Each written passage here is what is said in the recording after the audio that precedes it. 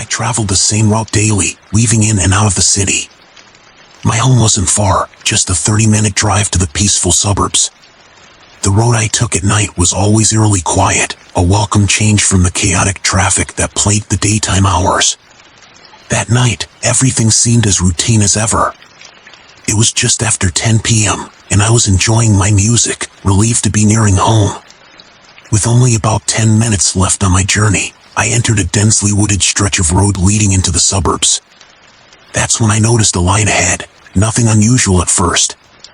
As the light drew closer, though, it grew unnervingly bright, so much so that it nearly blinded me. I found myself focusing on the road's shoulder, desperately trying to stay in my lane. But just as I thought the car would pass me, I caught a horrifying glimpse of its tires, squarely in my lane. They were driving on the wrong side, hurtling straight toward me. Instinct took over. I yanked the wheel to the right, swerving off the road and crashing into a deep ditch that bordered the forest. The impact was jarring, and it took me several seconds to regain my senses. Miraculously, I wasn't seriously hurt, just shaken. I unbuckled my seatbelt and climbed out of the wreck. My car was a mangled heap, the front end completely destroyed. It looked like a scene from a fatal accident, and I couldn't believe I'd walked away unharmed. Then, anger surged through me as I remembered what had just happened. Climbing out of the ditch, I scanned the road, expecting to see taillights fading into the distance. But to my surprise, the car had stopped and pulled over. My gaze darting around. The isolation of the area struck me. I was completely alone out here. A chill ran down my spine as I realized how risky it might be to approach the stopped car without preparation. Erring on the side of caution, I quickly ran back to my vehicle and grabbed my phone, dialing the police. I had no idea who was in that car or what state they were in, intoxicated, hostile, or worse, so I decided it was best to let the authorities handle it. The operator assured me that officers would arrive in about 5 minutes. After hanging up, I started making my way back up the ditch, only to freeze in shock.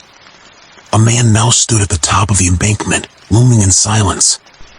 He didn't utter a word, didn't ask if I was okay, nothing. Anger bubbled up inside me as I tried to keep my composure. "Are you the one who caused me to crash? You could have killed me," I demanded, my voice steady despite the fury simmering underneath. The man's expression didn't change, and he remained mute. Then, I noticed the headlights from his car illuminating the road, slowly growing brighter as the vehicle began moving. It rolled toward us, stopping right at the edge of the ditch. My stomach twisted when the driver's door swung open, and a second man stepped out. The two of them exchanged words in a language I couldn't understand. It sounded harsh and guttural, maybe Russian or German, though I couldn't say for sure. Their tone carried an unsettling intensity. While they spoke, the first man hurried to the back of the car and opened the trunk. For a moment, I thought he was going to pull something out, but instead, he turned and locked eyes with me. Without warning, both men charged toward me, their heavy footsteps crunching against the gravel as they descended into the ditch. My instincts screamed at me to run, and I didn't hesitate. Whipping around, I sprinted toward the woods, my heart pounding like a drum. The men gave chase, their size and weight making their pursuit slower than mine. After what felt like an eternity but was likely just a minute, I managed to put some distance between us, their figures vanishing into the dark behind me. I found myself deep in the woods, enveloped by darkness so thick I could barely see a step ahead. Without any light to guide me, I had no sense of direction and no idea which way led to safety. I strained my ears, hoping not to hear any trace of the men pursuing me. Unsure of what to do, I wandered aimlessly among the towering trees, trying to strike a balance, avoiding the road while they might still be lurking, yet not venturing so far that rescue would become impossible. After just a few minutes of stumbling through the underbrush, faint sirens pierced the silence.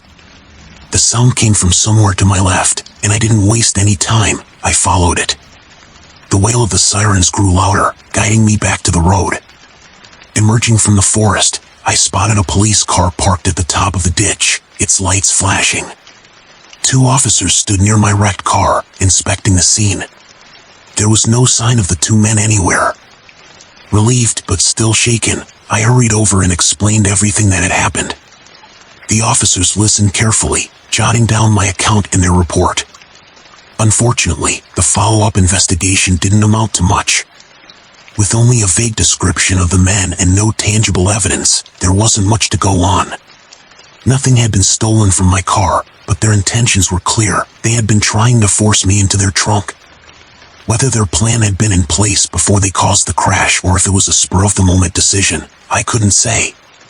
Maybe they'd made an error and were trying to clean up their mess, or perhaps it had all gone exactly as they intended.